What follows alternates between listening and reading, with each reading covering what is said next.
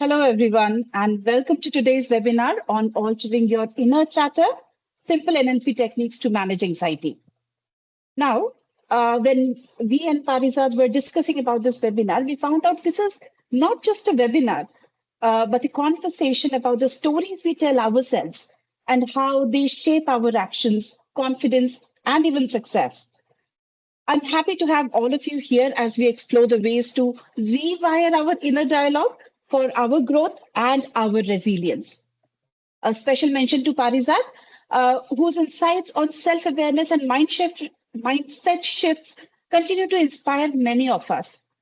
So, a little bit more about Parizad. With over 13 years of experience working in international organization, she took her big leap to entrepreneurship in 2024. She specializes in career and wellness coaching, public speaking, and confidence building, along with intercultural communications too. Having worked across trade, defense, and external affairs, she brings a unique blend of professional expertise and life skills to help individuals transform their mindset to take charge of their lives. Now, at Grow with Satori, we are all about empowering individuals and teams so that they can thrive. If you are a first time manager, we have some learning journeys like Leadership Launchpad, Essentials for First Time Managers that can help you equip yourself with the skills to lead with confidence.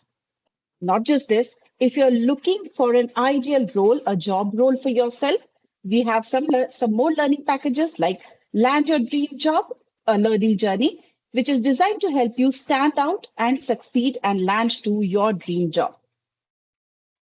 And learning doesn't really stop here. The packages are one thing, but continuous learning is something that we still want to focus on. We have our communities like Leader in You, a lenient circle, which is for women leaders to inspire, a space for women leaders to inspire and share their best practices with each other. Currently, we are doing a book read where we take inspiration from books from various from books which are specifically written for women leaders or women and take inspiration, share our expertise, insights, and takeaways with each other to inspire. Now, we also have another community called GWS Learning Guild, where knowledge sharing and networking open the doors to endless possibilities for L&D leaders. Before we begin, a quick housekeeping note. We request you to keep your cameras on for a more engaging experience of this webinar and request you to keep your mic on mute unless you are speaking. That's all from my side. I will hand it over to you, Parizad. Okay, wonderful. Thank you so much, Ishita. That was a lovely introduction. And it's always interesting to learn more and more and know more about GWS as well. You guys do a fantastic job, and Thanks so it's much. very interesting. I look forward to attending one of your book clubs as well, provided I read one of the books and be able to contribute. So I'm just going to start sharing my screen so that I can start with the presentation. Now, the presentation is not very long, and the idea is to make it interactive. So please, if at all you have any questions, you can just unmute yourself and start talking, because the thing is, when I share my screen, I cannot see you directly. So that is why, if at all you have a question, you want to talk about your own personal journey experiences, please don't hesitate to do that. So, as mentioned by Ishita, I am a very new recent entrepreneur. I have created my own organization company called Formed You, and wherein I offer soft skills development training and mental and emotional wellness coaching and career coaching. Career coaching is because I have been associated with the higher education industry for around 4 5 years now. Apart from that, mental and emotional wellness is something that is very close to my heart because of my own personal struggles with regards to anxiety, which is why I even chose the topic today.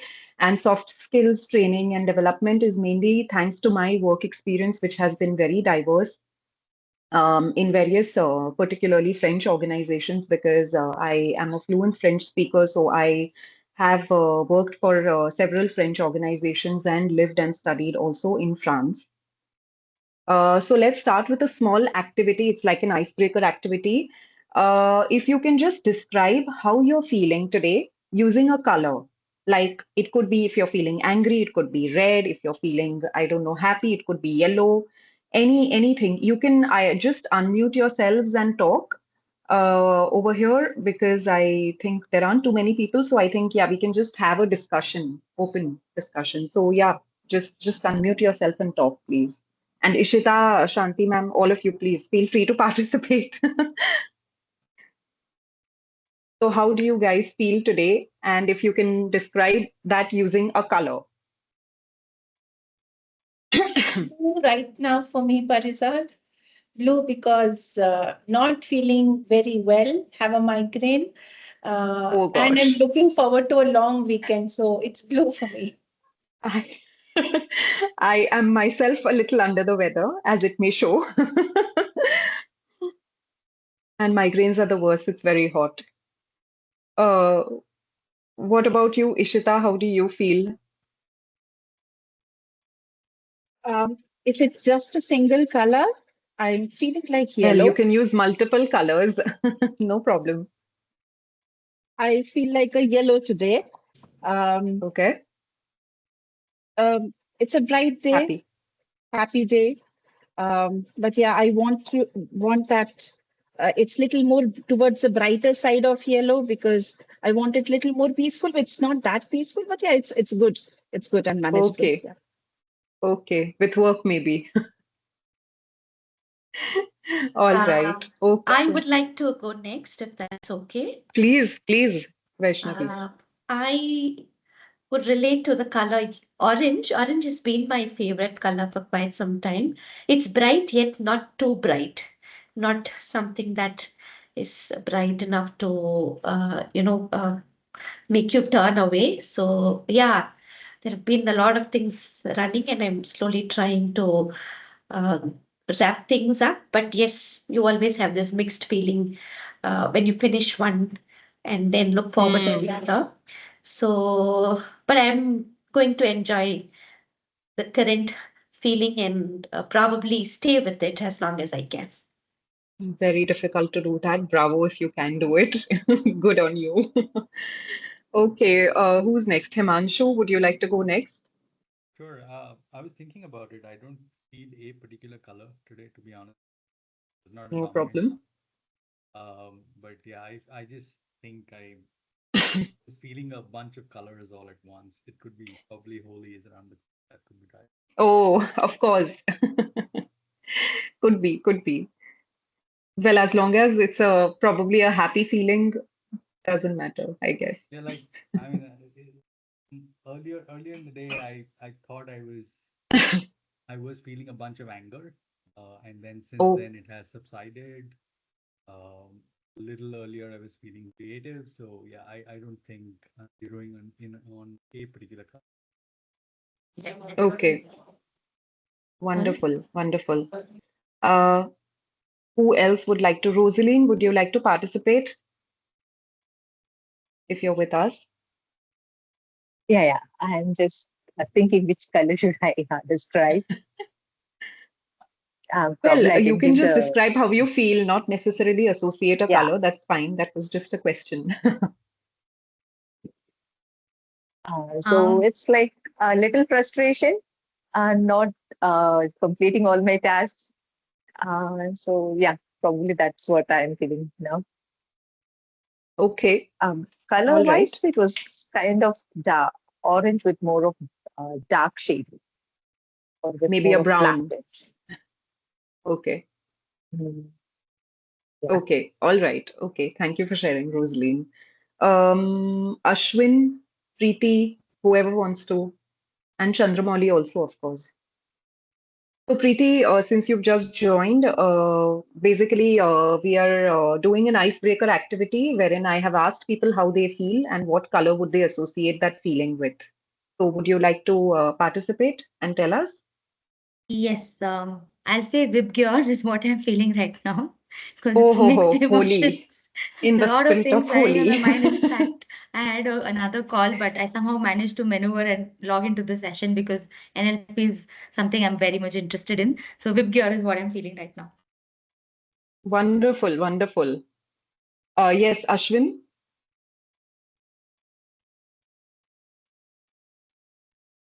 Okay, I think maybe Ashwin is not with us at the moment. Chandramauli, I don't know if Chandramauli is there.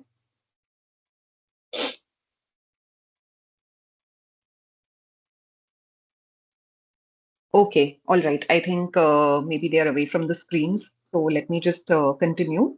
So yeah, basically we all have a tendency to associate how we feel with different colors, not necessarily, of course, but usually we associate the sun and sunshine with a happy feeling. However, feeling sunny all the time and too sunny is also definitely not a good feeling because it gives us migraines. For those who know about it, definitely extremely hot weather. Okay. All right. So before we dive into the session, I just wanted to present you all with some guidelines.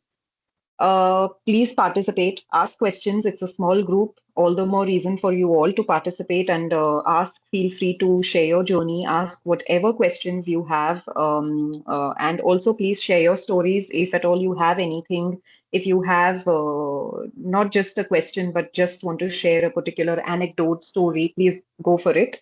And keep an open mind.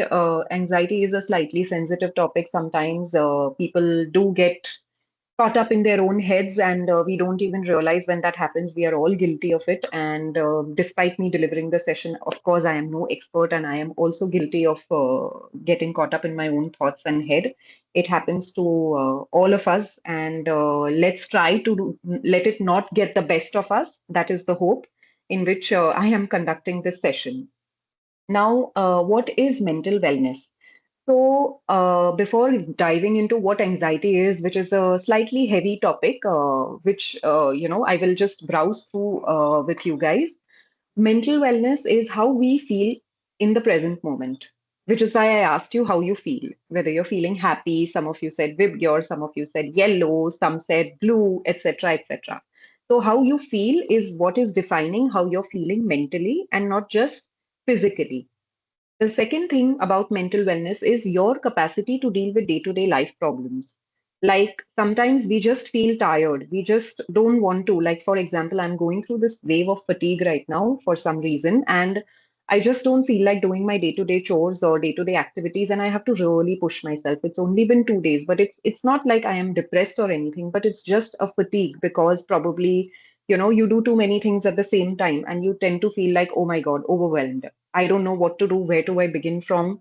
So that is also our mental wellness, and we have to make sure that we understand its importance and give it enough rest and sleep. Of course, keeping ourselves free from the screen is also very important, and our ability to contribute towards the society. Like, for example, doing some volunteer work, or not necessarily doing volunteer work. It could be an activity at home. How well you can help your parents or your spouse or your children in their homework. It could be in the smallest of gestures, but how you behave, how you think, how you act, how you feel is all about your mental health. What is emotional wellness? So that was mentally being strong and being well, feeling well. Our emotional wellness is how well we understand ourselves, our own emotions, and our own interactions with others. Because the way we feel, how we feel, defines our emotion, and emotion is nothing but energy in motion. So basically, our emotions, if let's say we are feeling a little sad or whatever, for whatever reason we are feeling unhappy, it shows in the way we interact with other people. Are we aware that we are interacting in a certain manner? If we are angry and we throw that anger on somebody else, the anger could be related to something to do with your own self, or it could be related to because your spouse made you super angry and then you vent it out on your children, for example.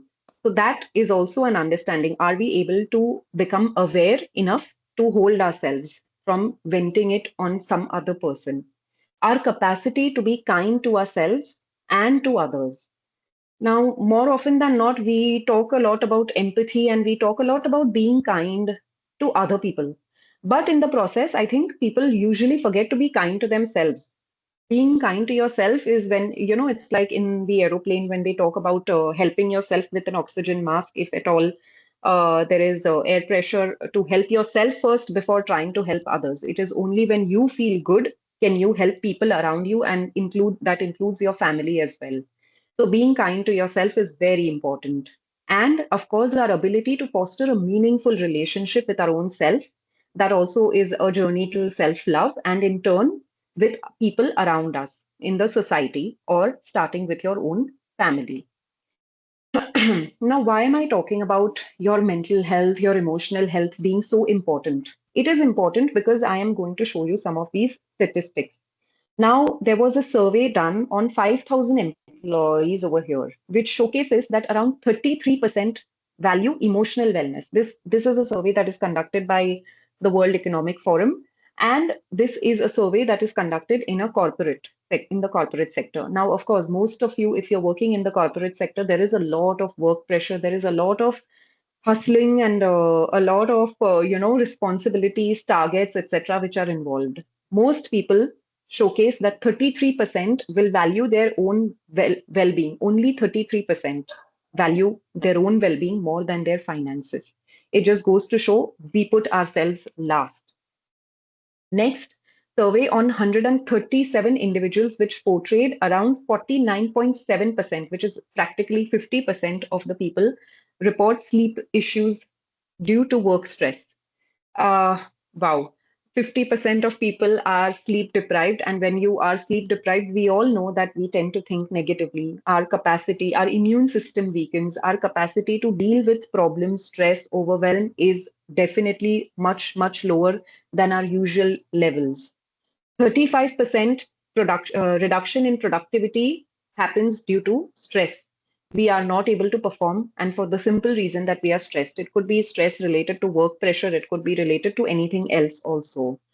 33% of participants, as per Deloitte India survey, continue working despite mental health issues. 33% of people, they don't feel good in their heads. They are probably stuck with their own thoughts due to some issues, and yet they continue to go to work. It's like when you're mentally sick, it's to be considered as good as being physically sick, and taking that time off, disconnecting from work, disconnecting from people around you. If you have toxic people, friends around you, disconnecting from them, disconnecting from all this information overload that we receive through the social media, through Instagram, this, that, doom scrolling, all of this is something that definitely plays a very important role in how we think and how we feel. Now, moving on to what is anxiety. You see this sad smiley? It's for a reason. It is to show you that our emotions, anxiety is all about our emotions, feeling tensed, feeling worried all the time, having palpitations in the heart. We usually suffer from digestive issues. I am guilty of suffering from anxiety every now and then, and I know that I have a lot of digestive issues when I am going through that patch or that phase. You get palpitations for no rhyme or reason. It is because we are continuously focusing on a future, because it is uncertain. We are so worried as to what is going to happen that we are just stuck in a loop. That is how anxiety can be described. Duration compared to fear, what is the difference between anxiety? Fear is usually short lived, and it consists of the present moment. Like you see a tiger in a jungle, and you are in the jungle, and the tiger is not caged. You feel fear. That is normal to feel fear, because that is your survival instinct that kicks in. However, when you feel anxious, it is more because it is future oriented, and your thoughts are, like I said, stuck in a loop. You are continuously thinking about it and wondering, oh my God, whether am I going to get this job? Am I going to get this raise? Am I don't know, for all the singletons, am I going to ever get married? What is going to happen with my life? Continuously thinking about the same thing repetitively, and to the extent that it exhausts you, but still you can't help yourself and you keep thinking about it. And you, of course, imagine the worst case scenario on a repeated basis. Oh my God, what if this happens? Oh my God, what if I miss my flight? What if I don't get an increment? How will I manage my finances? What if I don't get this job? What if I don't know, lose my job? It could be for multiple reasons, but we are always thinking in the negative, and we are always thinking of the worst case scenario. So, what causes these issues? Now, there are multiple factors. I have just picked up 4 of these issues. There are more than this. There is, of course, a lot more than this to anxiety. Firstly, you sometimes feel social isolation because you are not a very extroverted human and you prefer keeping to yourself. We are humans, we are social animals. No matter how introverted a person is, everybody needs human company. Everybody enjoys once in a while, maybe. For some people, it's more often. For some others, the frequency may be much lesser. But socially isolating yourself can bring you anxiety. Your childhood trauma, something that you have probably suffered in your childhood. And you may not even realize about it, right? Sometimes it is only when you are put up in that similar situation that you realize, oh my God, this has happened, like feeling scared in the dark, for example. That is something I can't sleep in the dark. For example, when I am sleeping alone in a room, it's very difficult for me to sleep in a dark room because maybe I associate unintentionally or unconsciously with bad dreams, with having nightmares, thinking of ghosts, although they may or may not actually be true. Negative life events, of course, if there is a heartbreak, if you've lost a job, if you've lost a loved one, that could also lead to constant anxiety, more so in the case when you have not dealt with those feelings. And finally, societal pressure. Now, this is a pure external factor, which wherein others are involved, and sometimes, unfortunately, it is inclusive of our families also. Oh my God, you're 30 years old and still not married. Oh my God, you're 35 and still don't have any kids. That is a lot of societal pressure putting on someone. Everybody is different. Everybody has their own journey, but little do people understand that it is important to let everyone and anyone be just themselves. All right. So it's time for a discussion now. Uh, if you can all tell me if you have this issue, first of all, if at all, I don't know, maybe nobody faces this issue. If anybody of you, any one of you feels anxious, are you aware of what physical symptoms it includes in what physical symptoms are, created in your body in that process? If someone can share.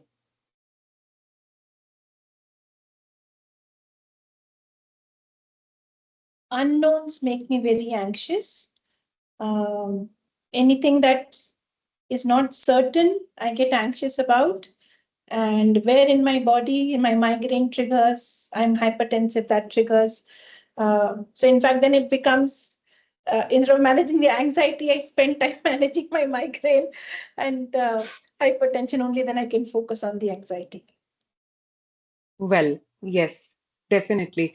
So, migraines is definitely one of the reasons for feeling worried. Migraines usually are triggered when you're stressed and when you're continuously worried about something. So, yeah, somebody, Aruna has said, what? Sorry, let me read it. Uh, can't Indigestion, read the chat. breathing becomes Ah, hard, lack of sleep. yeah, yeah. That is also a trigger for many people. Like I get palpitations for no reason sometimes. Although I'm feeling okay, very consciously, I feel okay, but I just get palpitations. And I'm like, and usually they happen in the afternoons.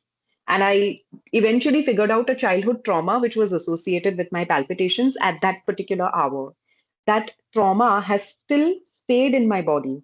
So it gives me palpitations and it's a fear that I still face sometimes.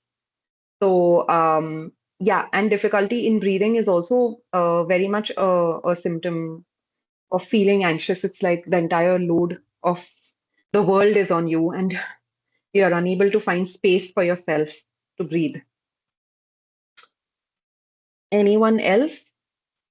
I Thank you for sharing, sometimes get Aruna. that churning sensation in my stomach, something like acidity, when I have to deal Hmm. with something that I don't want to deal with. Yeah, well, okay, all right. I don't know if does that make you feel anxious or something, or it's just that you don't want to deal with it and that's why So when I you're say don't feeling want, that. it could be someone that I'm not comfortable Ah, dealing with, something on those lines. understood. Understood. Okay. Himanshu, have you ever faced Yeah, yeah. In fact, yeah, I've dealt with a lot of anxiety, and okay. Rizad, I found it interesting somewhere when you, a few minutes ago, when you just started talking about it, you said were you're guilty of feeling anxious. And that sort of sat with me for a moment. And I was like, should we really feel guilty of feeling the way we are feeling, right? But we'll park that for later. But yes, I've dealt with a lot of anxiety. I have gotten it. I've gone the medical route as well. I've taken extensive therapy for it. And I also, it took me a long time to realize what it was. Uh, I used to think that it had something to do with my heart and or it had to do with Hmm. blood pressure and things like that. And a lot of my anxiety was centered around health related anxiety. So I've worked through it. I deal with it a lot better now. But I'm always looking for more tools to deal Hmm. with it, which is why I thought, Hmm. I had not come across a topic which was something like simple NLP techniques for managing anxiety. So I was like, Hmm. yeah, let me get to this session and find out what this means. That's my Hmm. suggestion. Hmm. Okay. Okay. All right. So basically, being a hypochondriac is also one of the signs. It's because usually people who are anxious are extremes with their feelings. They are overly caring, overly loving. Now, for me, it's hereditary. I take it up from my father, who is also like that. So it's not much in my control. But then now that I am aware of it, I try my best to become aware. So I think awareness is where it all begins from. When you're aware, 50% of the problems are solved. But having said that, I completely get it. When you're in it, you just don't know what to do with it. And I relate to you. I completely understand. So yeah. Okay, all right. Ishita, would you like to share something? I don't know if you've ever faced. Yes, of course, like everyone, most of us do have at least one instance in life where we have gone through some level of anxiety.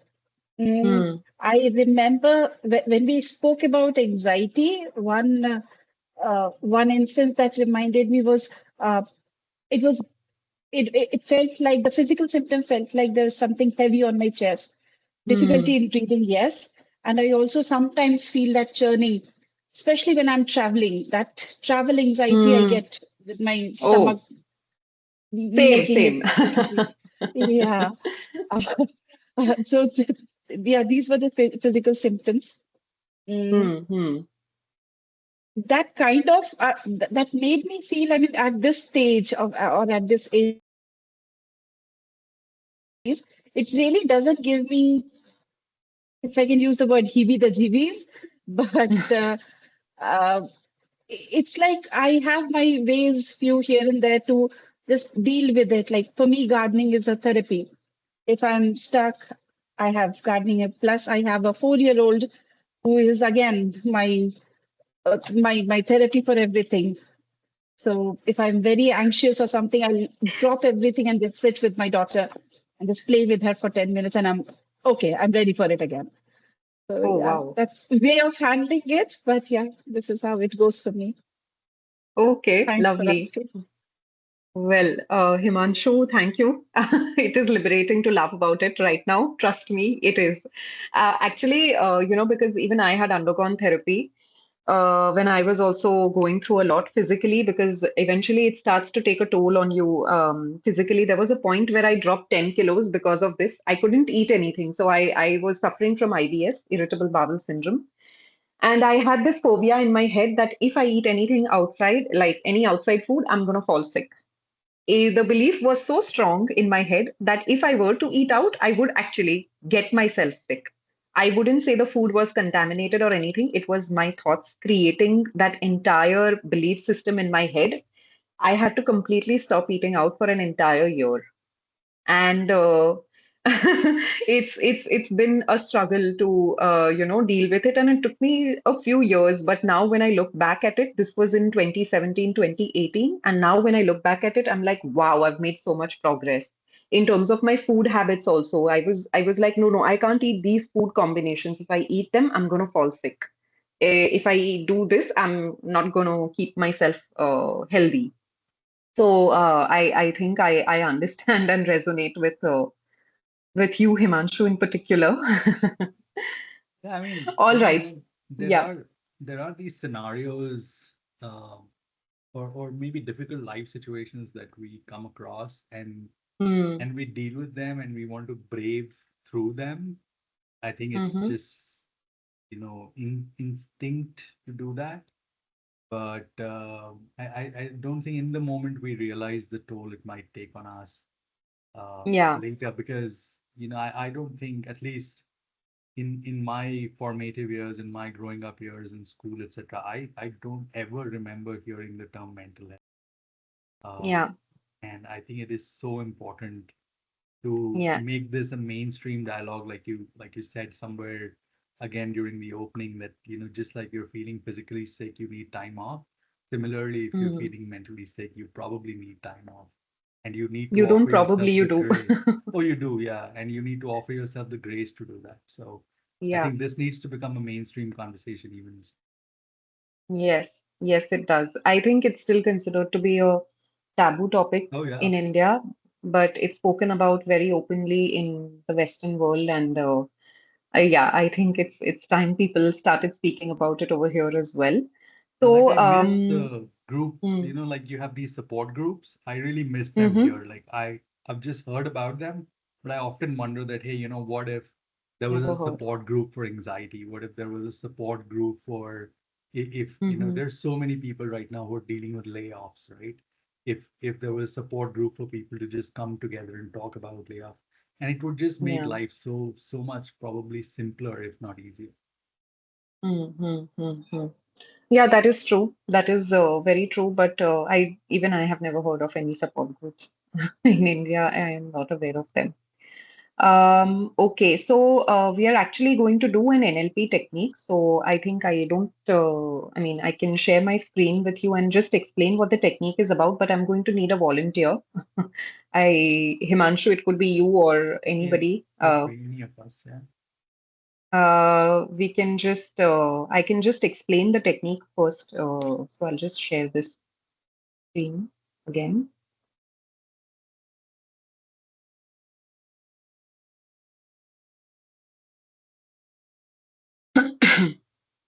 You want to go to slideshow mode? Yeah, thank you. Yeah, I am. I am. We are going to try and flip the script. Like I said, we usually imagine the worst case scenarios.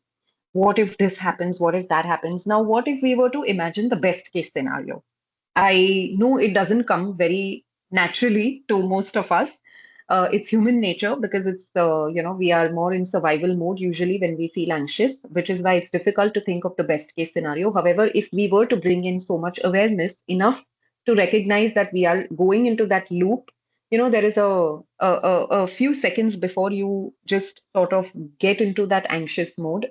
And if you were to be aware enough in those few seconds and flip the script, then maybe you can work on feeling better. Anchoring is one of these techniques that NLP proposes. NLP has a lot of techniques. NLP is neuro linguistic practices for those who are not aware of it. So, the very first technique that I wanted to talk about was anchoring. It's a very simple technique. I'll just explain what it is about. First of all, it is achieving a specific state of mind in a specific context. Let's say you have your performance review and you are afraid because probably it's a target based job and you've not achieved your targets, for example, and you're feeling very anxious about it. So you want to make sure that you're feeling calm, cool, and have a proper demeanor when you are actually having a discussion with your manager. So let's assume you want to feel patient and calm in that context. You have to go into the past memory and establish that desired state and set an anchor for yourself. I will tell you. So, setting an anchor could be a hand gesture, like feeling like this, or it could be like this, or it could be anything. It's not necessarily a hand gesture, it can be any gesture that you decide to choose with your own body. You could make a fist, or I am using more of hand gestures because this is an online session and I think it's easier for me to show you with my hands. But you can just shut your eyes for 5 seconds and that could be your anchor.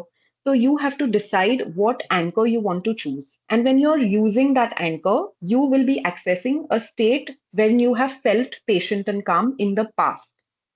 And then that becomes your anchor. You associate that memory, you do it so many times with yourself that it becomes every time you make that anchor. Let's say my anchor is a fist. Every time I make a fist, I think of a memory in my past which is associated with me feeling cool and patient.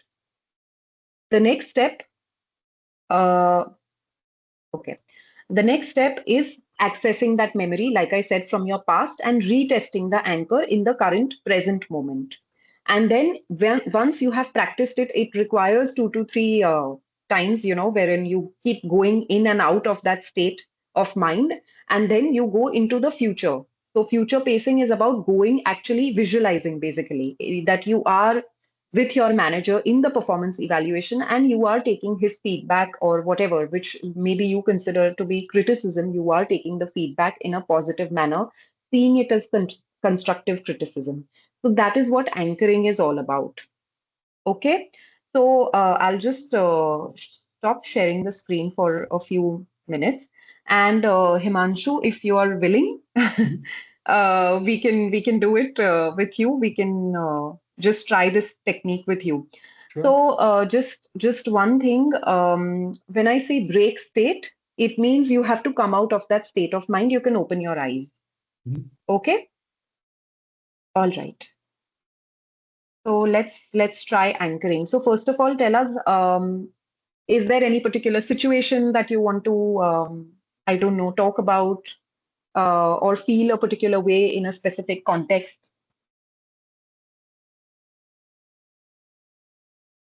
Um, well, for the sake of example, let's say extremely calm and composed during an interview. Extremely calm and composed during an interview. Mhm. Okay. Do you have an interview scheduled anytime soon? No, not really. Okay. All right. Fine. Um, okay. So for this exercise, you can probably, if you want, it would be better if you closed your eyes. Yeah. Okay. And you will be listening to me talking. Okay. And if at all at any moment you want to come out of it, please feel free to stop me and tell me that you want to come out of that state. Okay. Sure. All Sure. right. So now you, Himanshu, will be accessing to a memory in the past where you have felt calm and composed.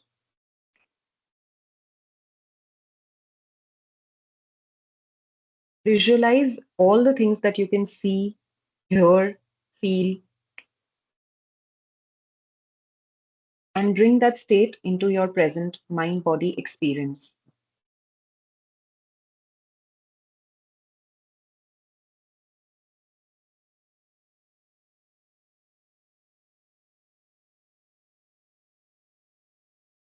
Once you feel calm, composed, you can run this state from the top of your head to the tip of your toes.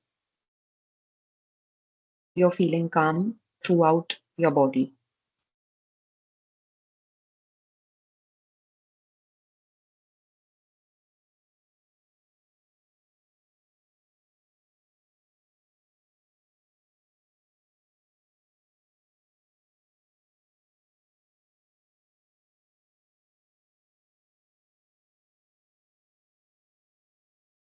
Your breathing is relaxed. Your facial muscles are also relaxed.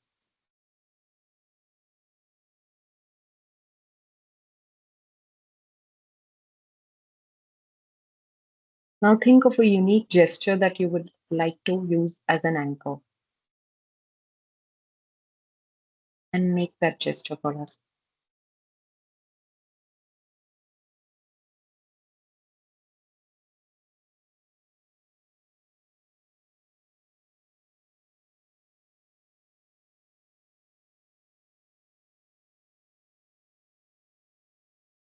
This is the gesture for you to feel calm and composed. You can step out and break out of this state now. You can open your eyes whenever you want. Were you able to access it? Yes, Okay. for sure. All right. We will redo it for you. Okay. It's not yet over. So once again, we will retest the anchor and go back to that gesture where you did this. And once again, access that memory from the past where you were calm and composed.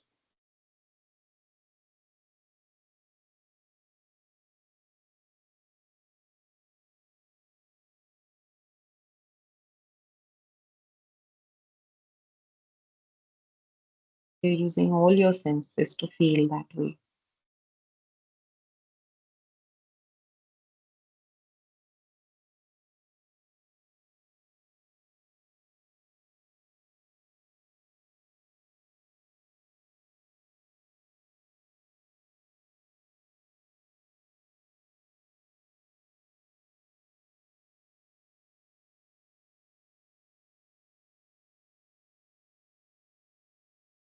Now you can break state and come out.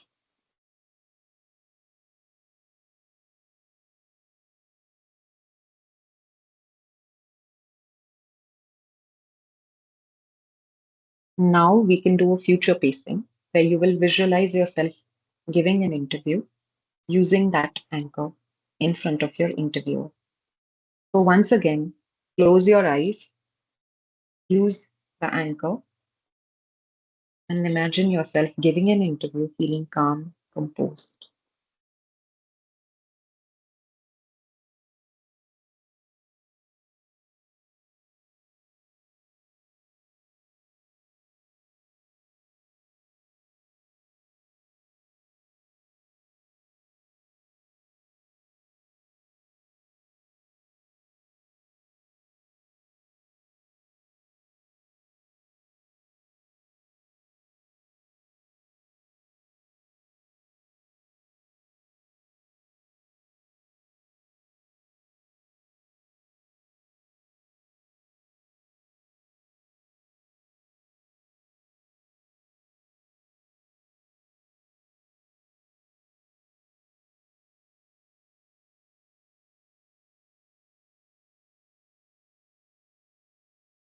Visualize yourself getting that job.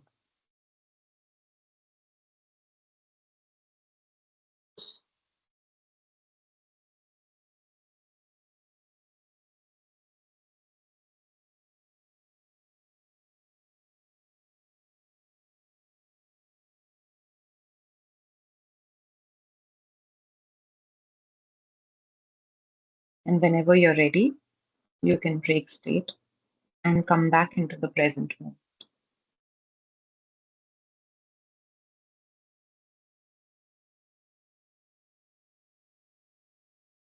Okay. Take a minute for yourself, and then you can share your experience with us.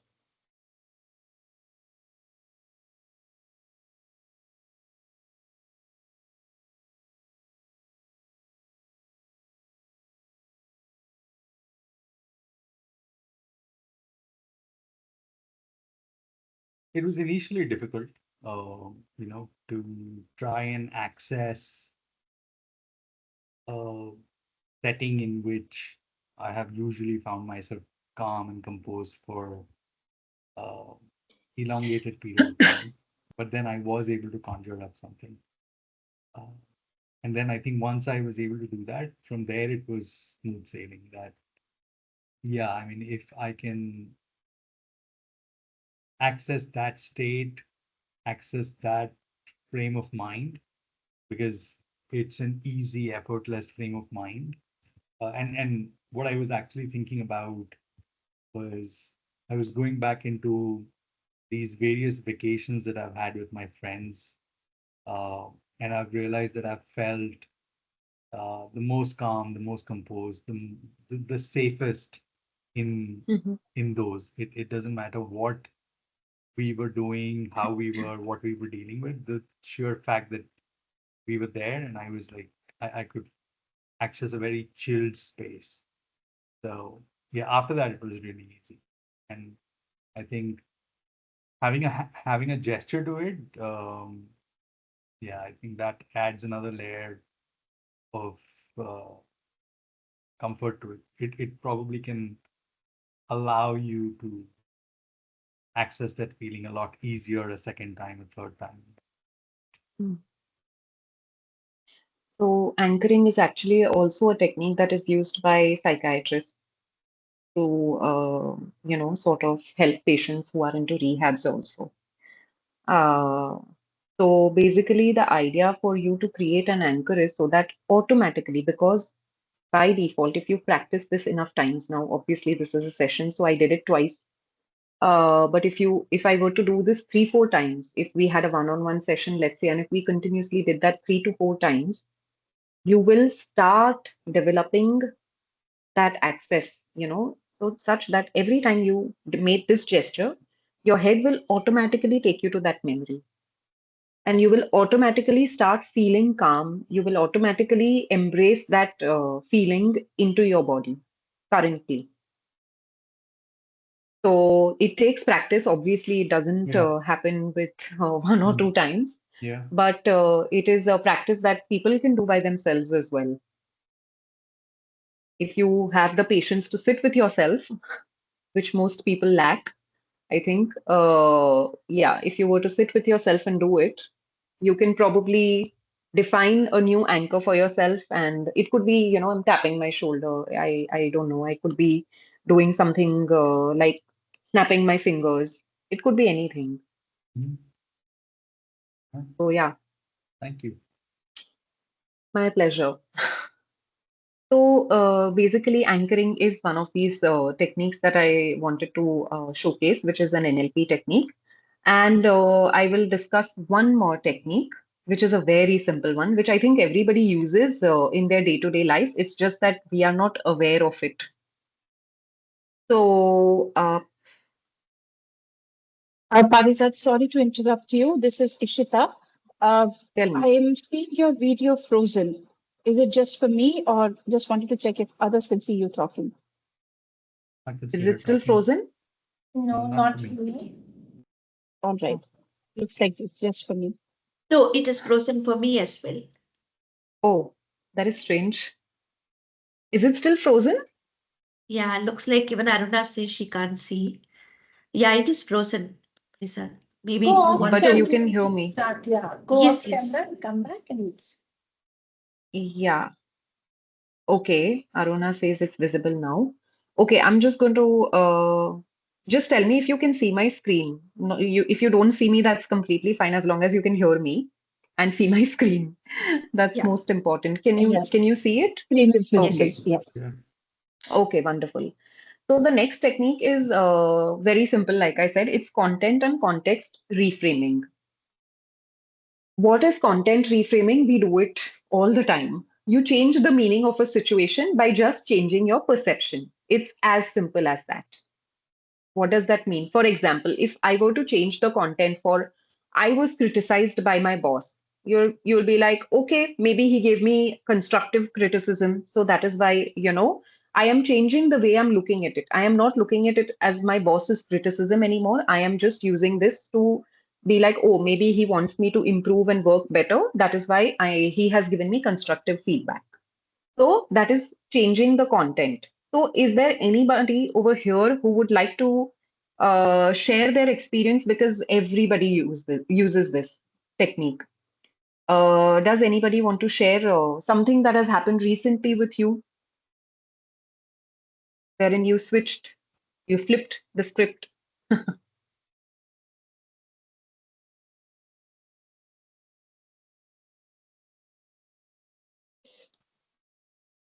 Come on, someone must be there.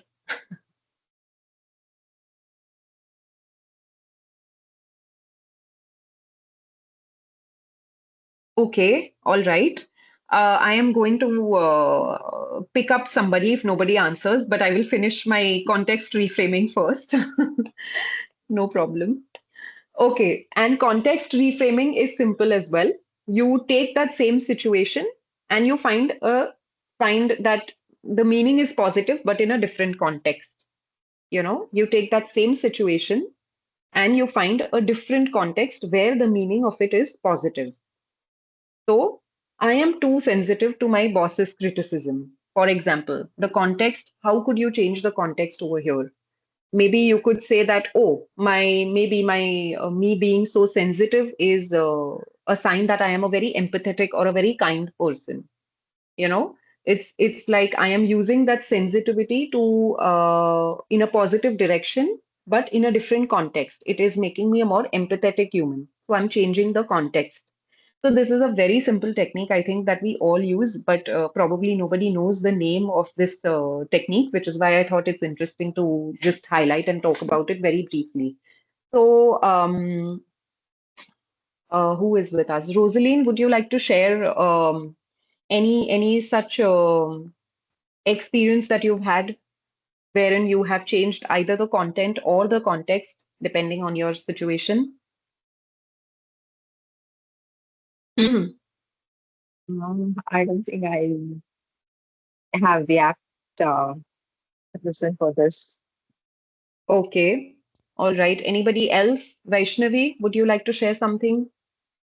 Yeah, this is slightly different. Mm-hmm. I'm not sure if everyone can relate to, but let me give it a try. This was something that I noticed my friend doing, and I found that interesting. Some of you might not agree to this, but that's something that I thought I That's can share fine. here. So whenever her in-laws used to visit, one of the friends used to crib, always saying that, "Oh my God, I'll have a lot of work to do. There's going to be additional cooking, additional cleaning required. There's lots to cater to, and all of that." And this particular friend, she would actually look at it differently. The one that I wanted to talk about. She said, "Hey, my in-laws are going to come. I'm going to get back in shape after a month because I'll have to work a lot. I will be moving around a lot. That's the right time for me to get back to shape. So I'm going to, do something where I can focus on probably losing 1 or 2 kgs or being more Hmm. physically active. Yeah. Because this is Yeah. the So right she changed the opportunity." context. Yes, Yes. yes. It's the perfect example, Vaishnavi. Thank you so much for sharing it. She changed the context, not the content. She Okay. changed the context over here. Basically, Okay. she used Huh. that same situation and she's like, "Oh, this is great because I see this in this context. I see it as an opportunity where I'm going to be able to lose weight and become fitter and healthier." So Right. it's as simple, like, it's like, you're just flipping the script. You just change how you look at things because I think there is a very famous quote: when you change the way you look at things, the things you look at change. And that actually happens when you continuously are making that effort to just change your perception towards people and things. And just to sort of end the presentation, I will just leave you all with this lovely quote by Dr. Joe Dispenza, who is a world famous neuroscientist whose books I adore and I follow his page. He talks a lot about meditation and the benefits and the magical powers of meditation. So, if at all anyone is interested over here, you can just Google him and you will find a lot of books that he has written. The only way we can change our lives is to change our energy because everything is energy, frequency, and vibration. So, when you change your energy, you change the way you think, act, and feel, and eventually that changes you as a person, which changes your personality. And he says, Joe Dispenza says, your personality creates your personal reality. So it is very important to be aware of how we think, how we act, and how we feel. And it all starts with with your energy. So that was all about altering your inner chatter presentation on through simple NLP techniques. I am very grateful for everyone's participation and thank you so much, Shanti ma'am, Ishita, for the coordination and for everything and for providing me with this wonderful platform to make my presentation. So thank you very much. Wonderful. Parizad, you're open for a couple of questions. Yes, definitely, definitely. Yeah, when you presented the statistics, one you mentioned 33% people value, only 33% people value emotional wellness over financial wellness. And that to me translates at about 66% value financial wellness over emotional wellness. Yeah. Mm, Uh, mm. Do you see a relationship between financial wellness and emotional wellness? If yes, what is it? Yes, of course. I mean, it depends. There is a limit where our finances can also help us feel better emotionally because it brings a sense of safety and security. When you have a job or you're financially secure, when you feel secure, you are automatically emotionally in a better headspace. So there is a correlation. Nonetheless, I have seen the most rich people feeling unhappy. Now, why would that be? So I think that is because they are being extremely greedy. It could be that they just want more and more and more, and they are unable to bring themselves in the present state. You know, they are always living in a future instead of living in the today, in the present moment. They are living in a future. It's good to live in a future as well, but not all the time. You have to savor the present moment as well. So I think there is a correlation, but funnily, the middle class is the happiest, uh, as I think we all can vouch for. Thanks for that. I don't know if we have billionaires amongst us today, but uh, Please yeah, declare. I need to be in touch with you. well, yeah. So I think it's good to be ambitious. It's good to, I guess, have certain financial goals, but without making compromises on your values and your integrity and honesty. That is very important. Personally, I feel very strongly about it. Thank you. Anyway. So there is a relationship, and it's not a close relationship. It's a very weak bond somewhere. Thank you. The next question I have is, um, I'm a leadership coach, and a lot of leaders, when I talk to them, take pride in controlling emotions. I won't say it is emotional regulation. It is about, you know what, I was so angry, I was so frustrated, but I did not show it to my team. I did not show that in the meeting. I did not express the same to my leaders. But the fact that it is important enough for them to discuss it with me means that it has impacted them. How can we nudge people to move from emotional control to emotional regulation? I think when the leader, whoever this person is, and if he's not talking about his emotions with his team, maybe he is venting it at his house because there has to be an outlet somewhere. Eventually, there will be an outlet. Otherwise, it's going to impact his health as well. So I think if he were to, instead of feeling angry, maybe express himself to his team, I think that will help him also regulate his emotions and get his piece out of his head and mind and share it with his team. I think that is very important. Maybe the manner in which he shares need not be in a rude or angry manner, but that is how I feel the best way to regulate your emotions is to feel them. And if you need to talk to someone, you talk about it. So for me, it is very Considered as a important. symbol of weakness in several corporates. If a leader shows their emotional side to their team members, isn't that considered as a weakness? On the contrary, I would say it's a sign of strength. I personally consider it when a person is strong enough to show their vulnerable side, they are a strong, emotionally strong, regulated human. That is, I think, unfortunately the manner in which things are perceived may be different. But when you are capable enough of expressing how you're feeling, and to the person, especially when you're angry, it can save a relationship. It can save him a huge turnover, for example. Yeah. He may land up losing his employees or the best of his employees if he is either not regulating. I'm not going to say if he's not able to manage his emotions, but in this case, in this scenario, if he's not able to express himself. Yeah. So there is nothing to be proud of in controlling your emotions, to be honest. It's, in my opinion, personal opinion, it's a sign of weakness. But if he or she thinks it's a pride, I think they need to be coached in the right direction.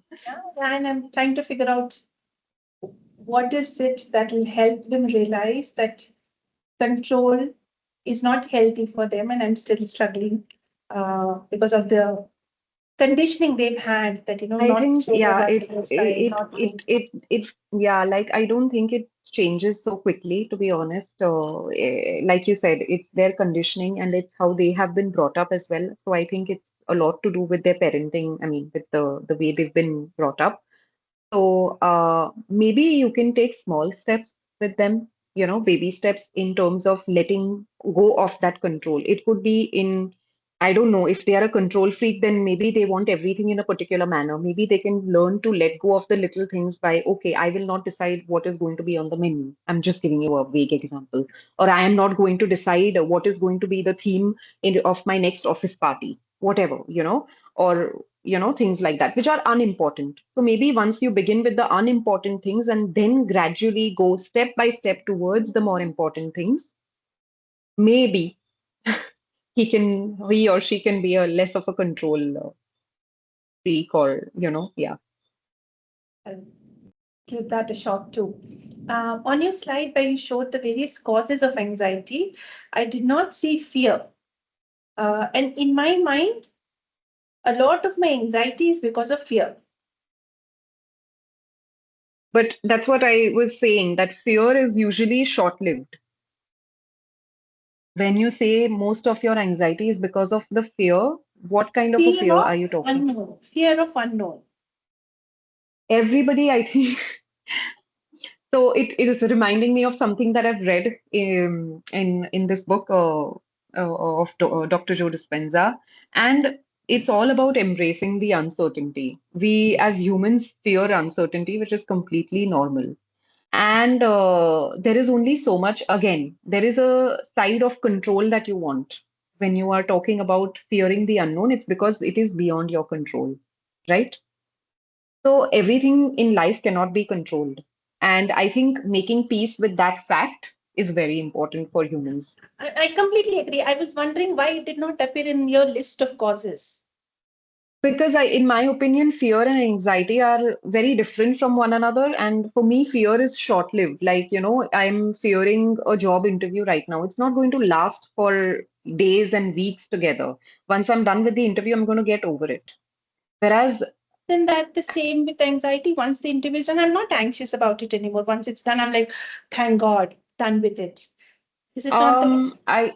I don't know. I think I will have to do more research on that. But in my opinion, fear is more related to the present, and anxiety is more in the long run, wherein you are thinking of different scenarios. It's not just about giving a job interview. It's bigger problems, and they are probably triggered by certain situations and events that have happened in your life. Absolutely, So, absolutely. That's where so unless fear comes from. unless maybe you had a terrible interview in the past, and the employer, your future employer, uh, maybe spoke to you very rudely, then that may create anxiety for your future interviews, because that is triggering an event, a negative event that has happened with you in the past. So that is how I see anxiety and fear. They are two completely different things, and fear is also normal somewhere down the line, because that is what keeps us alive. It's our survival instinct. And obviously, we don't want the fear to die down ever. Lovely. And that's exactly my next question to you, Parizad. Um, you said imagine the best case scenario, and does help Hmm. you prepare how to deal with the situation. In my head, a number of times when I've thought through everything that can possibly go wrong, it makes me feel more prepared. That, I've thought through this, I've thought through this, I've thought through this. I know I'm fully prepared. Uh, Mhm. will I not be at a disadvantage if I'm only looking at the best case scenarios? Mm, well, not particularly. If you are only looking at the best case scenarios, you will some unconsciously build up a belief system in your head that only the best will happen to you. Somewhere down the line, you will come up with that belief system, and there will be no Agree. resistance But from since your I side. nothing is in my control, things can go wrong. And if things go wrong, I'm not even mentally prepared to deal with it. That's my question. Hmm. Mm, okay, in that case, I don't know if uh,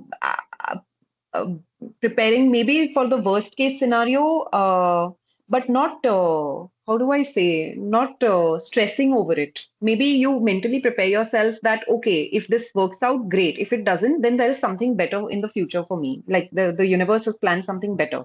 If you view it that way, then sure, why not? But if you are, I guess there should be a healthy balance between the two. Focusing only, usually when people are anxious, they are not even thinking of anything good or positive. They are only thinking of things that can go wrong and that will go wrong in their head. So, sure, you can balance it out by having the worst case scenario saying that, okay, worst come worst, I will have to shut down my business, for example. Hmm. Worst come worst, I will take up a full time job. So, I am prepared.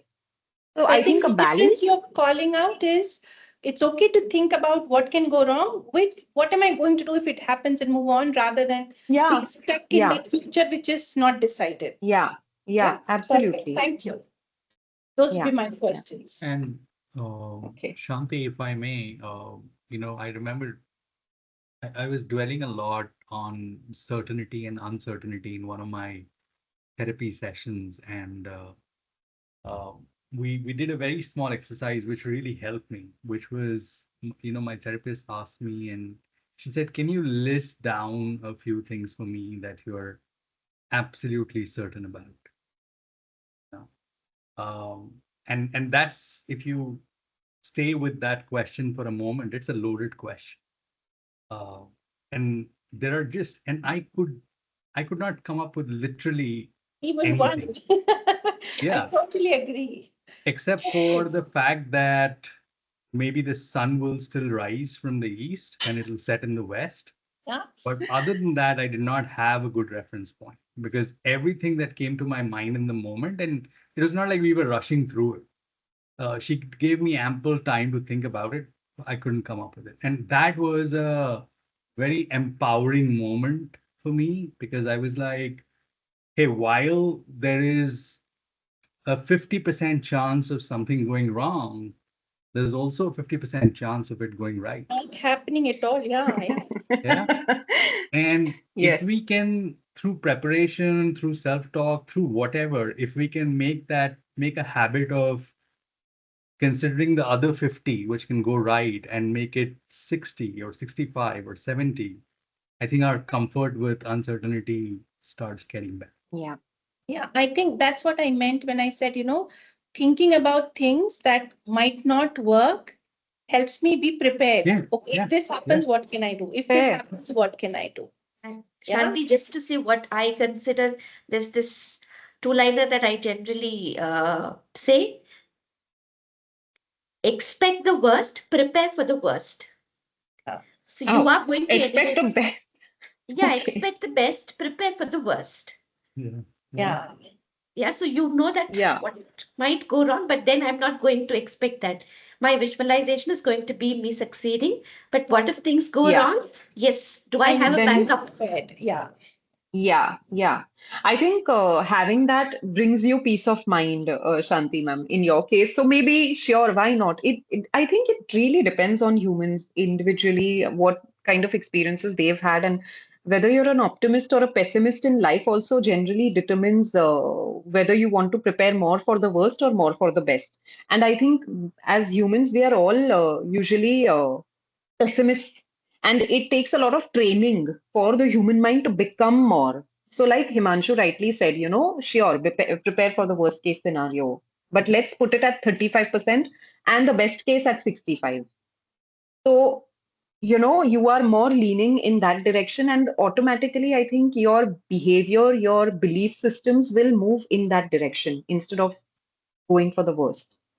So yeah, I think that is very aptly put.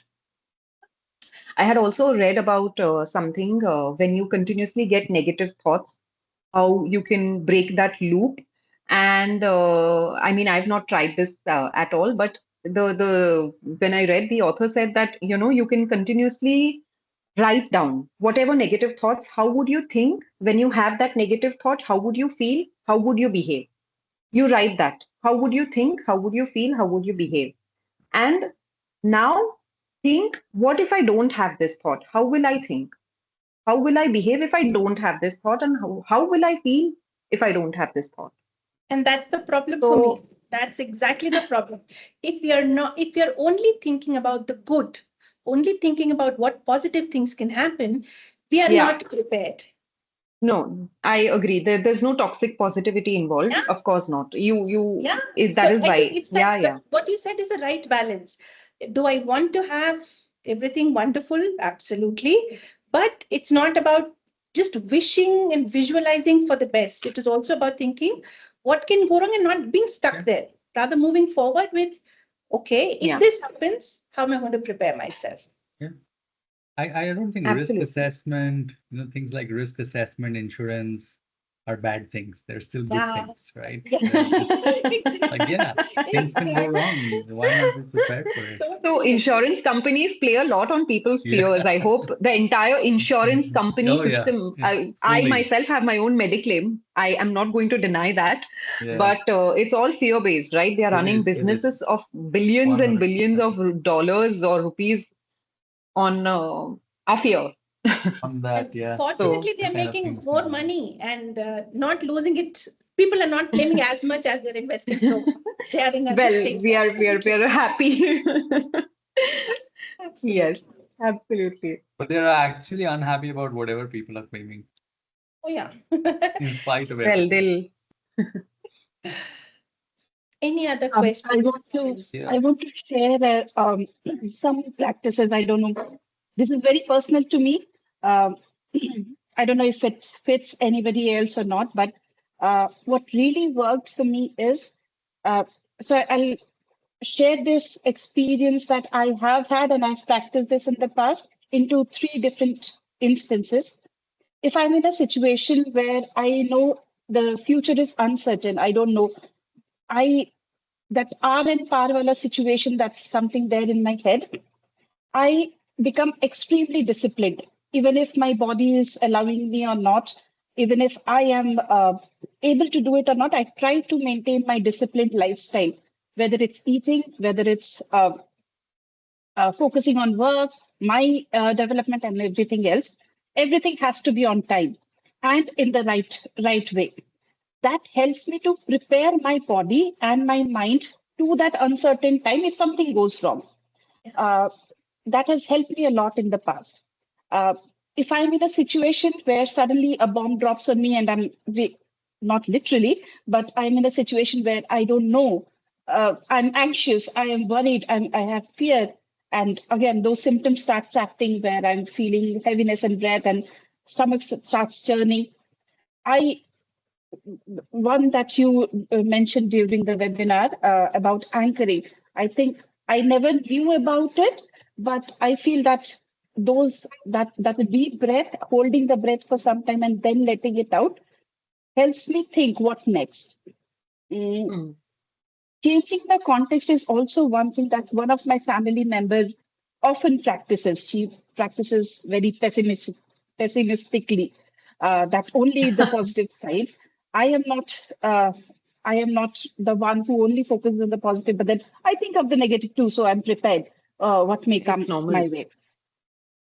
So all those mix things are mixed here and there, and that's how I do it. If I'm in a situation where I have anxiety already and I'm suffering from it for some time now, I think of a moment. I don't know if it is a very healthy practice or not, but I think of a moment when I was extremely anxious and had all those symptoms together in my body, and I knew that I am in a big soup. I just give myself a little more courage, thinking that if I survive that, I will survive this. This is nothing. Completely. Uh, that is another way that really worked for me. After overcoming any anxiety or any uncertain period, I make sure that I am doing something for me. It could be some shopping, some salon session. Hmm. I will gift myself Yeah. something that I'm happy that you did it. Yes, there are Hmm. some side effects of managing the anxieties in those ways. I think body has its own way to say that yes, you went through a lot, uh, especially now when at this age, my mother tells me you need to color your hair. I feel that, yes, I have lived a lot of moments. And for some reason, I take it as a pride that I have survived those moments in the best possible way. And that gives me the necessary courage, the necessary confidence that keeps me moving on. Um, yeah, that's something that's from my side that I have done in the past and really worked well for me. That's all. Okay, lovely. Parizad, I have a couple of questions. Yeah. I believe, yeah, if that's okay. One is, and they're probably interrelated. One is about neuro-linguistic programming, right? I've read about it a bunch of times. I come across information about it a bunch of times. So what would be a sort of a simplest way or a memorable way in which you would help maybe an 8-year-old understand and remember neuro-linguistic programming or practices, right? That's one. And the other is, I believe you are in the learning and development space as well. How has NLP enabled you in that space? Those are my two questions. Uh, I am more into the higher education sector. I'm not into the L&D space per se for corporates. Mhm. I think because by default, when I'm career coaching, so basically I am into recruitments. My job is extremely objective based. And I recruit students who are interested in pursuing their higher studies in France. Now, when you're an international student, life is probably a little different from where they are at in India. And they do face culture shock. They face a lot of social isolation because they can't mingle with the different cultures. So that is how I, sort of help them out. I have one-on-one sessions with them, and it depends on what sort of a problem that they are facing or going through. And sometimes just listening helps. They just need to vent and talk about it. So that is one thing. Talking about an 8-year-old, how can NLP help? I think developing practices like, affirmations, repetition. Repetition is key. For your mind to be trained in a certain manner, you have to continuously repeat it to yourself till the time it becomes a subconscious thing. Because I don't know if you are familiar, but 95% of our entire being is subconscious, 5% is conscious, right? So when it is repetition is what is the key to get things noted in your or belief systems to be in your subconscious mind. So I think for an 8-year-old, I don't know in what context you want to use NLP for what purpose. So I'll clarify. What I was asking is, how would you explain NLP to an Explain 8-year-old? NLP. Yeah. How would you explain NLP to an 8-year-old? NLP is neuro linguistic practices. Simply Mhm. put, your words create your reality. That is NLP. For an 8-year-old, the way you talk about yourself is what will come in creation into reality in your life. Simple.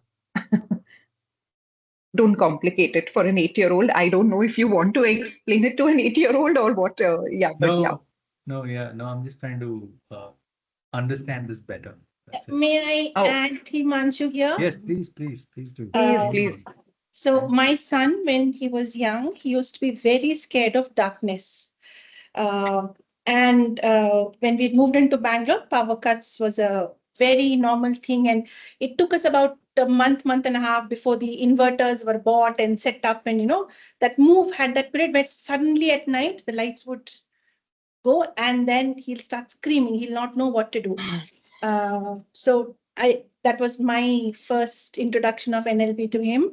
So we said, okay, this was when lights were on, who is the strongest person that you can think of? In those days, the Hanuman cartoon movie was just out. For him, Hanuman was the strongest kid on earth. Yeah. So Hanuman is the strongest kid. So what will happen if he's around? So we spoke about Hanuman, how he can protect him even in darkness, at school, at the play area where nobody knows him, so on and so forth. We spoke about all of these situations. And when darkness hit, the only thing he would check is, Hanuman, are you there? And then either me or my daughter would say, yes, we are there. And then he would be fine. So I don't think we had to explain what it meant, but he practiced it. He's studying psychology now. And he tells me, Mom, I know what you did to me then. That's good. See? Awesome. Yeah. Thank you. Yeah. Okay. Anybody else? Any questions? I think if not, then maybe we can wrap it up. Ishita, do you want to wrap it up? Yeah.